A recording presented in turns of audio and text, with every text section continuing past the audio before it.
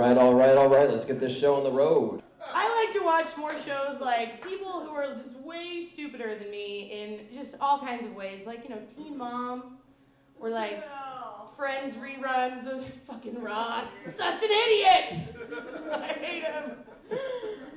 Or like, Here Comes Honey Boo Boo. That show's disgusting.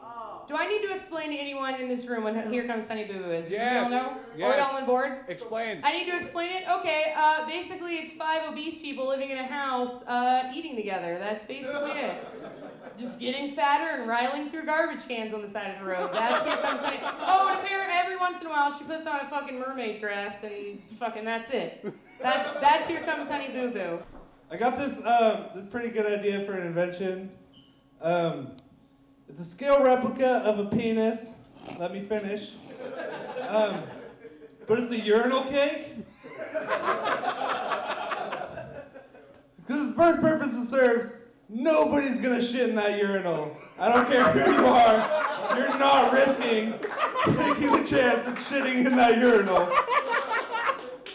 The second purpose it serves is like throughout the day, when you piss more, you're gonna get more and more confident as it shrinks.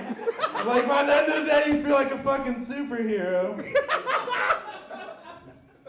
You're listening to BBC Radio. Tonight we'll be talking about Harry Twatter, inventive porn name or infectious STD. More at 5. Also later this evening at 6 p.m. Butt sex on the moon, rim job in China. Are we taking sex drinks too far?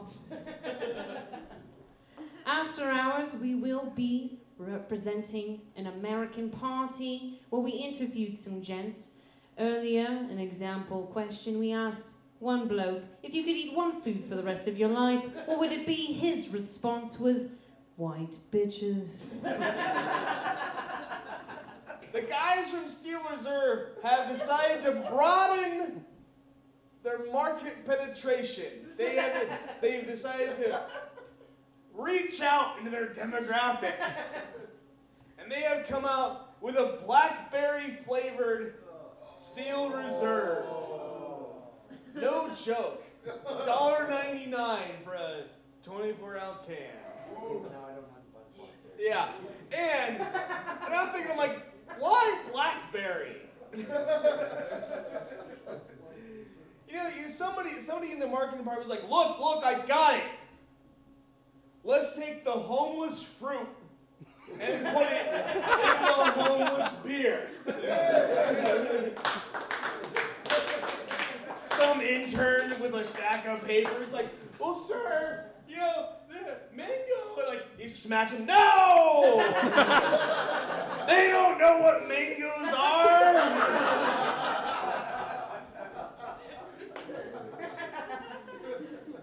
They want that thing that grows by the railroad tracks.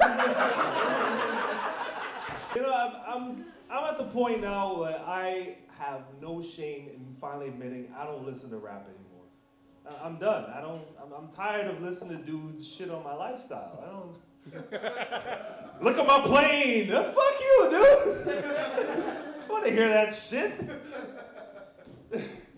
And rap is the weirdest art form in that it's the only art form that talks about what it's going to do as an art form instead of actually doing what it's. Like, they're always talking about my raps are the greatest raps ever. Wait, well, where are those raps? You can't rap talking about the rap you're about to rap. You have to. Can you imagine if a novelist wrote like this? I mean, first page of the novel.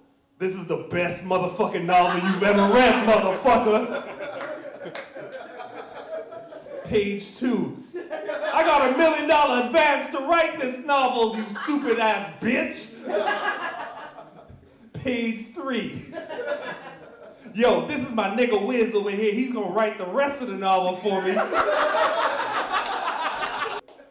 If you've never eaten in a strip club, here's one tip.